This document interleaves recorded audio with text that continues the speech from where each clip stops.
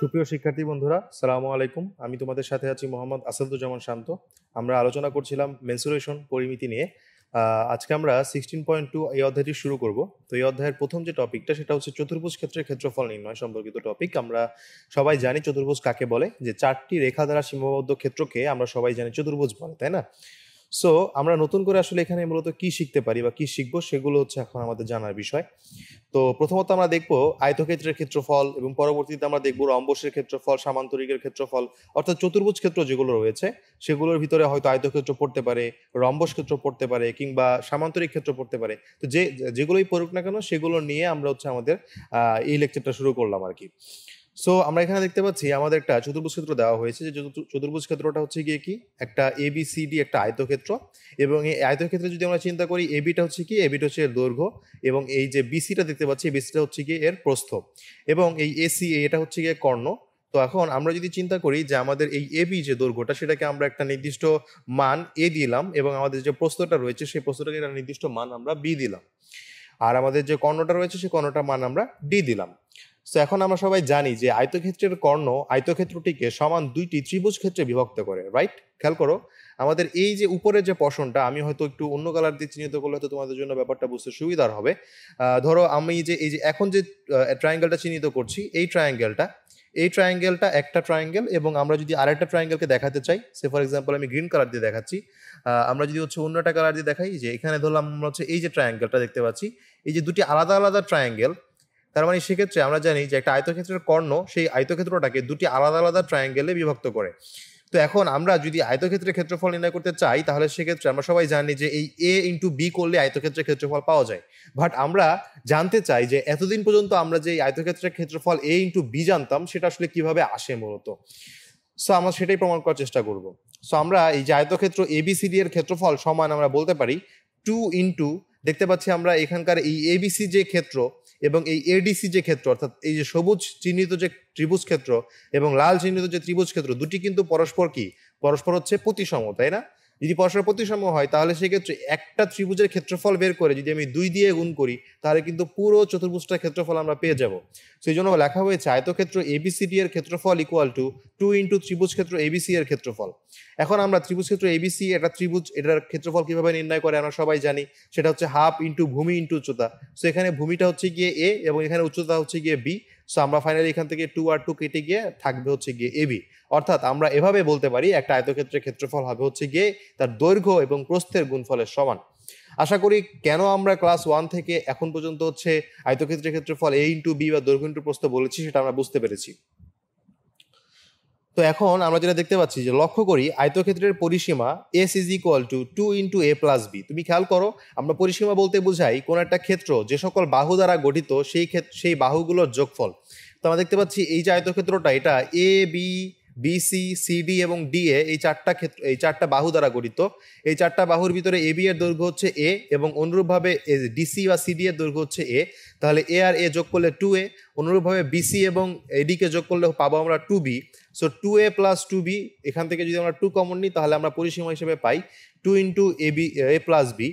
এবং আমরা দেখতে পাচ্ছি আমাদের যে এই A B C ট্রায়াঙ্গেলটা, A B C এই যে ট্রায়াঙ্গেলটা দেখতে পাচ্ছি, তো এবিসি সমকোণী ত্রিভুজ যদি হয় তাহলে সেক্ষেত্রে আমরা যদি এই নির্দিষ্ট ত্রিভুজটার যদি আমরা এবার পিথাগোরাসের উপপাদ্য এই ত্রিভুজে অ্যাপ্লাই করি, তাহলে তোমরা সবাই কি জানো যে অতিভুজ স্কোয়ার ইকুয়াল টু ভূমি স্কোয়ার প্লাস লম্ব স্কোয়ার হয়। তাহলে সেক্ষেত্রে এখানে আমরা অতিভুজ পাচ্ছি এসি, তাই এসি স্কোয়ার হলো ইকুয়াল টু এবি হচ্ছে ভূমি, so AB square plus BC লম্ব স্কোয়ার। পরবর্তীতে যদি হচ্ছে আমরা এখানে এবি এর মান এ বসাই দিই এবং বিসি এর মান যদি বি বসিয়ে দেই, তাহলে সেক্ষেত্রে আমরা ফাইনালি আমাদের যে কর্ণ ডি, সেই কর্ণ ডি এর মান পাচ্ছি রুট ওভার অফ দৈর্ঘ্য স্কোয়ার ইন্টু প্রস্থ স্কোয়ার। তার মানে সেক্ষেত্রে আমরা আমাদের যে কোনো একটা আয়তক্ষেত্রের কর্ণের মান কি হবে যদি দৈর্ঘ্য এবং প্রস্থ দেওয়া থাকে সেটা কিভাবে নির্ণয় করতে হয় আমরা পেয়ে গেলাম। সো এখন আমরা বর্গক্ষেত্রের ক্ষেত্রফল নির্ণয় করব। তো বর্গক্ষেত্রের ক্ষেত্রফল নির্ণয় করার জন্য প্রথমে আমরা দেখতে পাচ্ছি এ বি সি ডি হচ্ছে একটা বর্গক্ষেত্র। তো আমরা সবাই জানি যে বর্গক্ষেত্রের চারটি বাহুর দৈর্ঘ্য পরস্পর সমান হয়। তাহলে এ বি বিসি সিডি এবং ডি এ চারটি বাহুর দৈর্ঘ্য হচ্ছে গিয়ে হবে এ, এবং এদের যে কর্ণ সেই কর্ণের দৈর্ঘ্য হয়ে যাবে হচ্ছে গিয়ে ডি একক, রাইট? তো এবার আমরা যদি হচ্ছে বর্গক্ষেত্র এবিসিডি এর ক্ষেত্রফল যদি নির্ণয় করতে চাই তাহলে আমরা দেখি প্রথমত আমাদের হচ্ছে এখানেও আমরা হচ্ছে দুটি পোর্শনে ভাগ করলাম, এই কর্ণের মাধ্যমে দুটি ত্রিভুজে ভাগ করে ফেললাম সমগ্র বর্গক্ষেত্রটাকে। তো এখন যদি হচ্ছে আমরা যদি চিহ্নিত করি যে আমাদের এখানে একটা ক্ষেত্র রয়েছে, এখানে একটা ত্রিভুজ রয়েছে, এবং আমাদের অন্য একটা ত্রিভুজ যদি আমরা এখানে চিহ্নিত করতে চাই, অন্য একটা ত্রিভুজ সে ফর এক্সাম্পল রেড কালার দিয়ে যদি চিহ্নিত করি, অর্থাৎ আমাদের যে এই যে ত্রিভুজটা দেখতে পাচ্ছি, এই ত্রিভুজটা যদি আমরা মানে যদি চিন্তা করি, তাহলে সেক্ষেত্রে এই লাল ত্রিভুজ এবং সবুজ ত্রিভুজ দুটি কিন্তু পরস্পর সিমেট্রিক বা প্রতিসম, তাই না? তার মানে আমরা যদি যে কোনো একটা ক্ষেত্রফল নির্ণয় করতে পারি এবং সেই ক্ষেত্রফলকে যদি আমি 2 দিয়ে গুণ করে দিই, তাহলে কিন্তু আমি পুরো এরিয়াটার ক্ষেত্রফল পাবো। সেই জন্য আমরা বর্গক্ষেত্র এবিসিডি এর ক্ষেত্রফল ইকুয়াল টু লিখতে পারি 2 ইন্টু এবিসি এর ক্ষেত্রফল। তো এবিসি এর ক্ষেত্রফল মানে কি, এবিসি যেহেতু একটা ত্রিভুজ ক্ষেত্র, তাই ত্রিভুজ ক্ষেত্রের ক্ষেত্রফল হয় হাফ ইন্টু ভূমি ইন্টু উচ্চতা। তো এখানে ভূমিও এ এবং উচ্চতা হচ্ছে এ, সো এই জন্য আমরা লিখলাম 2 ইন্টু হাফ ইন্টু ভূমি ইন্টু উচ্চতা। সো এখানে 2 আর 2 কাটা গিয়ে এ ইন্টু এ স্কোয়ার হয়, অর্থাৎ আমরা এই জন্যই আমরা বলি একটা বর্গক্ষেত্রের ক্ষেত্রফল হয় হচ্ছে বাহুর দৈর্ঘ্যের স্কোয়ার, তাই না? যেটা হচ্ছে আমরা একদম ছোটবেলা থেকে আমরা পড়ে এসেছি, যেটা সবাই তোমরা জানো। কিন্তু কেন হয় বা কিভাবে হয় সেটা যদি না জেনে থাকো, তাহলে সেক্ষেত্রে আজকে এটা জানার একটা প্রসিডিউর ক্রিয়েট হলো আর কি। সো বাহু দৈর্ঘ্য স্কোয়ার ইকুয়াল টু হয়ে যাবে হচ্ছে বর্গক্ষেত্রের ক্ষেত্রফল, আমরা পেয়ে গেলাম। সো এখন আমরা যদি বলি আমাদের যে বর্গক্ষেত্রের যে কর্ণের দৈর্ঘ্য, সেই কর্ণের দৈর্ঘ্যটা কি হবে? আমরা যদি কর্ণের দৈর্ঘ্য চিন্তা করি, কর্ণের দৈর্ঘ্যটা হবে হচ্ছে গিয়ে অতিভুজ স্কোয়ার প্লাস লম্ব স্কোয়ার প্লাস ভূমি স্কোয়ার। তার মানে অতিভুজ স্কোয়ার ইকুয়াল টু আমরা হচ্ছে গিয়ে A square plus A square বলতে পারি। সো এখান থেকে আমরা রুট ওভার করলে D root over of A square plus A square বলবো। সো দেখো 2a স্কোয়ার হলো এখান থেকে, যদি আমরা রুট ওভারটা ক্যান্সেল করে দিই, তাহলে সেক্ষেত্রে রুট ওভার আর স্কোয়ার কাটা গিয়ে এখানে এ থাকবে আর রুট 2a থাকবে, অর্থাৎ আমাদের বর্গক্ষেত্রের কর্ণের দৈর্ঘ্য হবে রুট 2a। আর বর্গক্ষেত্রের পরিসীমা যদি আমরা চিন্তা করি, পরিসীমা হচ্ছে 4a, কারণ চারটা বাহুর দৈর্ঘ্য হচ্ছে গিয়ে a একক, সো 4 ইন্টু a একক হয়ে যাবে। সো এখন আমরা সামান্তরিকের ক্ষেত্রফল নির্ণয় করব। তো সামান্তরিকের ভূমি এবং উচ্চতা যদি দেওয়া থাকে, তাহলে সেক্ষেত্রে কিভাবে সামান্তরিকের ক্ষেত্রফল নির্ণয় করতে হয় সেটা আমরা দেখব। আমরা তার আগে একটু জেনে নিই যে সামান্তরিক কাকে বলে। সামান্তরিক হচ্ছে যে চতুর্ভুজের বিপরীত বাহুগুলো পরস্পর সমান এবং সমান্তরাল, শুধুমাত্র বিপরীত বাহুগুলো পরস্পর সমান এবং সমান্তরাল হবে। দেখো এখানে এডি আর বিসি পরস্পর সমান এবং সমান্তরাল, এবং এই ডিসি এবং এবি এরা পরস্পর সমান এবং সমান্তরাল, কিন্তু কোনো কোণই কিন্তু সমকোণ না। দেখো এখানের কোনো কোণই কিন্তু সমকোণ হচ্ছে না। সো এই জন্য এই চতুর্ভুজটাকে বলবো আমরা সামান্তরিক ক্ষেত্র। তো সামান্তরিক ক্ষেত্র যদি আমরা চিন্তা করি, এই এ বি সি ডি এর ক্ষেত্রফল যদি আমরা চিহ্নিত করতে চাই, তাহলে সেক্ষেত্রে আমরা বলতে পারি আমাদের যে এ বি ডি অংশটা রয়েছে, সেই এ বি ডি অংশের ক্ষেত্রফল হবে। আমরা যদি একটু চিহ্নিত করি, এই বি ডি অংশটাকে যদি একটু চিহ্নিত করতে চাই, তাহলে সেক্ষেত্রে আমরা দেখতে পাচ্ছি এখানের এই ডি পয়েন্ট আর হচ্ছে বি পয়েন্টকে যদি আমরা যোগ করে দিই, তাহলে আমরা যে বলতে পারি এই সিমেট্রির জন্য এই অংশটার ক্ষেত্রফল, এই যে রেড অংশটার ক্ষেত্রফল যেটা হবে, আর আমরা যদি এইখানে রেড অংশটাকে চিহ্নিত করার পরে যদি আমরা আরেকটা চিহ্নিত করছি, হলুদ চিহ্ন যদি আমরা না দিয়ে যদি হচ্ছে ধরো আজকে গ্রিন চিহ্ন দিলাম, ব্লু চিহ্ন দিলাম, তাহলে সেক্ষেত্রে আমরা বলতে পারি আমাদের যে এই ব্লু কালারের যে ট্রায়াঙ্গেলটা আমরা আঁকতেছি, এই ট্রায়াঙ্গেলটা রেড কালারের ট্রায়াঙ্গেলটা দুইটার ক্ষেত্রফল কিন্তু পরস্পর সমান, কারণ এরা হচ্ছে কি প্রতিসম, তাই না? আমরা এটাকে জাস্ট দুই ভাগ করে দিলাম। সো এই বাম পাশের ভাগ এবং ডান পাশের ভাগ উভয়ের ক্ষেত্রফল কিন্তু সেম হবে। সো আমরা যদি শুধুমাত্র এই এ বি ডি এই ক্ষেত্রফলটার কথা যদি চিন্তা করি, তাহলে সেক্ষেত্রে এটার হচ্ছে গিয়ে একটা ত্রিভুজ ক্ষেত্র, এই ত্রিভুজ ক্ষেত্রের লম্ব হচ্ছে গিয়ে ডিই, এবং যেটা হচ্ছে গিয়ে এইচ দেওয়া আছে, এবং আমাদের এই ভূমিটা হচ্ছে গিয়ে বেস বা বি যেটা দেওয়া আছে। সো আমরা বলতে পারি 2 into half into B H, right? So এখান থেকে 2 আর 2 কাটা গিয়ে শুধুমাত্র বি এইচ থাকে। তাহলে আমরা বলবো যে একটা সামান্তরিকের যদি হচ্ছে আমাদের হাইট দেওয়া থাকে এবং যদি আমাদের ভূমি দেওয়া থাকে, তাহলে ভূমি এবং হাইটের গুণফলটা হয়ে যাবে হচ্ছে তাদের ক্ষেত্রফল। তাহলে এখানে একটা বিষয় ইম্পর্টেন্ট, যে আমরা যেখানে হাইট বলবো, সেই হাইটটা আসলে কোনটাকে বলবো? আমরা মূলত যেটা বেস নিব, সেই বেসের দুটি বেসের মধ্যকার যে লম্ব দূরত্বটা, সেই লম্ব দূরত্বটাকে বলবো হচ্ছে আমরা হাইট। সো এখানে দেখতে পাচ্ছি এই ডিসি এবং এই এবি এই দুটি বাহুর লম্ব দূরত্ব হচ্ছে গিয়ে ডিই। সো এই ডিটা হচ্ছে এখানে হাইট, যেটা হচ্ছে এইচ দ্বারা চিহ্নিত, আর এখানে বেস তো হচ্ছে বি হবেই আর কি। সো এই জন্য আমরা এখানে বিএইচ দেওয়া, আমরা যদি বলতে পারি যে ভূমি এবং উচ্চতা যদি দেওয়া থাকে, তাহলে ভূমি এবং উচ্চতার গুণফল হবে সামান্তরিকের ক্ষেত্র। এখন তোমাকে যদি বলা হয় একটি কর্ণের দৈর্ঘ্য দেওয়া আছে এবং এই কর্ণের বিপরীত কৌণিক বিন্দু থেকে উক্ত কর্ণের উপর অঙ্কিত লম্বের দৈর্ঘ্য দেওয়া আছে, তাহলে সেক্ষেত্রে কিভাবে হবে? একটু আবার এখানে চিত্রটা দেখি। আমাদের এখানে এবিসিডি সেম একটা সামান্তরিক, বাট আগের চিত্রে দেওয়া ছিল হাইট এবং বেস দেওয়া ছিল, আর এই চিত্রে দেওয়া আছে কর্ণের দৈর্ঘ্য দেওয়া আছে, যেটা হচ্ছে গিয়ে এসি দ্বারা বোঝানো হয়েছে। এই এসি কর্ণের দৈর্ঘ্য হচ্ছে কত দেওয়া আছে? ডি দেওয়া আছে, এখানে ডি দ্বারা চিহ্নিত, এবং ওই কর্ণের বিপরীত কৌণিক বিন্দু থেকে উক্ত কর্ণের উপর অঙ্কিত লম্ব, তার মানে আমাদের এই কর্ণের একটা বিপরীত কৌণিক বিন্দু হচ্ছে ডি। এই ডি থেকে যদি হচ্ছে আমরা এসি এর উপর লম্ব আঁকি, সেই লম্বটা হচ্ছে গিয়ে ডিই, এই ডিই এর দৈর্ঘ্যটা দেওয়া আছে এইচ। সো এই ক্ষেত্রে আমাদের যে ত্রিভুজটা হবে, এই ক্ষেত্রে আমরা যে ক্ষেত্রফলটা পাবো সেটা আমাদেরকে নির্ণয় করতে হবে। তো এক্ষেত্রে সামান্তরিক ক্ষেত্রফল যদি আমরা চিহ্নিত করতে চাই, দেখো আমরা এবারও চিহ্নিত করবো হচ্ছে অন্য একটা কালার দিয়ে। আমাদের যে এই এ সি ডি, এই যে চিহ্নিত যে ক্ষেত্রফলটা, এই ক্ষেত্রফলটার আমাদের ভূমির মান জানা আছে এবং উচ্চতা জানা আছে, তার মানে এই ত্রিভুজ ক্ষেত্রের ক্ষেত্রফল আমরা নির্ণয় করতে পারবো। আবার আমরা যদি অন্য একটা ক্ষেত্র চিন্তা করি, আমরা যদি হচ্ছে এই যে এই ক্ষেত্রটার কথা যদি চিন্তা করি, এই ক্ষেত্রটা, এই রেড কালারের চিহ্নিত ক্ষেত্রটা, এই ক্ষেত্রটার ক্ষেত্রে আমরা আমাদের হচ্ছে বলতে পারি যে এই এ ডি সি এর ক্ষেত্রফল যা, এ বি সি এর ক্ষেত্রফল তাই হবে, রাইট?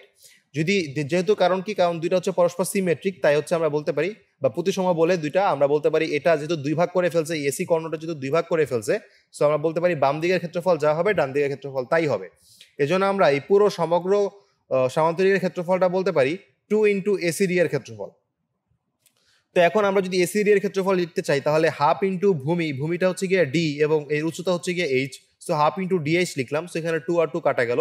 সো আমরা বলতে পারি আমাদের সামান্তরিকটার ক্ষেত্রফল হবে কর্ণের দৈর্ঘ্য ইন্টু ওই কর্ণের যে কোনো এক পাশের কৌণিক বিন্দু থেকে ওই কর্ণে অঙ্কিত লম্বের দৈর্ঘ্যের গুণফলের সমান। অর্থাৎ যদি ভূমি উচ্চতা দেওয়া থাকে, তাহলে ভূমি এবং উচ্চতার গুণফলের সমান চিহ্নিত করবে সামান্তরিকের ক্ষেত্রফল। আর যদি তোমার কর্ণের দৈর্ঘ্য দেওয়া থাকে, তাহলে কর্ণের দৈর্ঘ্য ইন্টু ওই কর্ণের বিপরীত কোন একটা কৌণিক শীর্ষবিন্দু থেকে ওই কর্ণের উপর লম্বের দৈর্ঘ্যের গুণফলটা হবে সামান্তরিকের ক্ষেত্রফল। আশা করি আমরা দুইটা সূত্র খুব ভালোভাবে ক্লিয়ার করতে পেরেছি। এখন আমরা দেখবো রম্বসের ক্ষেত্রফল কিভাবে নির্ণয় করতে হয়। রম্বসের ক্ষেত্রফল আমরা এখানে দেখতে পাচ্ছি, রম্বসটা হচ্ছে গিয়ে A B C D rhombus. তো আমরা যদি রম্বসের ক্ষেত্রফলটাকে যদি একটু রিওয়াইন্ড করতে চাই, তাহলে সেক্ষেত্রে বলবো যে চতুর্ভুজের বিপরীত বাহুগুলো যে চতুর্ভুজের চারটি বাহুই পরস্পর সমান এবং সমান্তরাল, কোনো কৌণিক সমকোণ না। দেখো আমরা দেখতে পাচ্ছি এখানে এই বাহুটা এবং এই বাহুটা চারটা বাহুই পরস্পর সমান এবং এদের বিপরীত বাহুগুলো পরস্পর সমান্তরাল, কিন্তু দেখো কোনো কোণই কিন্তু কি না, সমকোণ না। তাহলে এই ধরনের চতুর্ভুজ ক্ষেত্রকে আমরা রম্বস বলবো। তো রম্বসের ক্ষেত্রফল নির্ণয় করার জন্য রম্বস এবিসিডি এর ক্ষেত্রফল হবে 2 ইন্টু এসিডি এর ক্ষেত্রফল, যেটা হচ্ছে কি আমরা এখানে চিহ্নিত করে দেখাতে চাই এসিডি এর ক্ষেত্রফল। অর্থাৎ আমরা যদি দেখি, তাহলে সেক্ষেত্রে এসিডি এর ক্ষেত্রফল আমরা লিখতে চাই এই এসিডি এর ক্ষেত্রফল। তো এসিডিটা কি, এসিডিটা হচ্ছে একটা ত্রিভুজ ক্ষেত্র।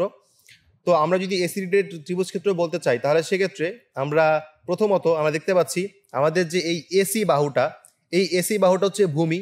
সো ভূমিটা হচ্ছে ডি2। সো ভূমিটা যদি ডি2 হয়, তাহলে সেক্ষেত্রে ডি2 আমরা লিখলাম। এবার আমাদের হচ্ছে গিয়ে যে অন্য যে লম্বটা, এই লম্বটা হচ্ছে গিয়ে কি, লম্বটা হচ্ছে গিয়ে আমাদের ডি1। So d1/2 into ডি2। অর্থাৎ আমরা যদি হচ্ছে ভূমি চিন্তা করি, এখানে ভূমিটা হচ্ছে গিয়ে ডি2, যে ডি2টা আমরা লিখলাম। আর আমাদের লম্বটা হচ্ছে গিয়ে কি, লম্বটা হচ্ছে d1/2। সো d1/2 হলো ইন্টু হাফ। আমরা সবাই জানি ত্রিভুজের ক্ষেত্রফল হচ্ছে হাফ ইন্টু ভূমি ইন্টু উচ্চতা, সো এই জন্য হাফ হলো, আর এখানকার 2। তাহলে এই 2 আর 2 কাটা গিয়ে শুধুমাত্র এখানে থাকবে হচ্ছে হাফ ইন্টু d1 আর d2। অর্থাৎ তোমার যদি রম্বসের দুটি কর্ণের দৈর্ঘ্য দেওয়া থাকে, তো আমি আবারও বলছি, যদি তোমার রম্বসের দুটি কর্ণের দৈর্ঘ্য দেওয়া থাকে, তাহলে তাদের গুণফলের অর্ধেক হচ্ছে গিয়ে রম্বসের ক্ষেত্রফল নির্দেশ করবে। এবার আমরা দেখবো হচ্ছে ট্রাপিজিয়াম ক্ষেত্রের ক্ষেত্রফল আমরা কিভাবে নির্ণয় করতে পারি। এখন আমরা যদি এই ট্রাপিজিয়াম ক্ষেত্রের ক্ষেত্রফল নির্ণয় করতে চাই, এখানে ট্রাপিজিয়াম ক্ষেত্রটা হচ্ছে এ বি সি ডি, এটা হচ্ছে একটা ট্রাপিজিয়াম ক্ষেত্র। তো এই ট্রাপিজিয়াম ক্ষেত্রের ক্ষেত্রফল নির্ণয় করার জন্য প্রথমে আমরা যেটা করব, আমরা হচ্ছে গিয়ে এখানে একটু ডিভাইড করে নেব, এই পুরো ক্ষেত্রটাকে ডিভাইড করে নেব। সো এখানে আমরা দেখতে পাচ্ছি এসি যদি ডিভাইডার দিয়ে দেই, তাহলে আমরা ডান দিকে একটা ত্রিভুজ পাচ্ছি আর বাম দিকে একটা ত্রিভুজ পাচ্ছি। এখন আমরা যদি ডান দিকের ত্রিভুজটার কথা চিন্তা করি, এখানে এ বি সিটা এটা হচ্ছে ত্রিভুজ। আমি যদি রেড কালার দিয়ে চিহ্নিত করি, তাহলে এই যে ত্রিভুজটা রয়েছে, এই ত্রিভুজটার হাইট কিন্তু হচ্ছে গিয়ে এই সিটা হচ্ছে কিন্তু এই ত্রিভুজটার হাইট, তাই না? সো যদি ওই ত্রিভুজটার হাইট যদি এইচ হয়, আর যদি এই ত্রিভুজটার base A B equal to যদি এ হয়, তাহলে আমরা এই ত্রিভুজের ক্ষেত্রফল কি বলতে পারি? এই ত্রিভুজের ক্ষেত্রফল বলতে পারি half into A B into সিই। অর্থাৎ এখানে হাফ ইন্টু এ বি এর জায়গায় বসবে এ, আর সিই এর জায়গায় বসবে হচ্ছে গিয়ে এইচ।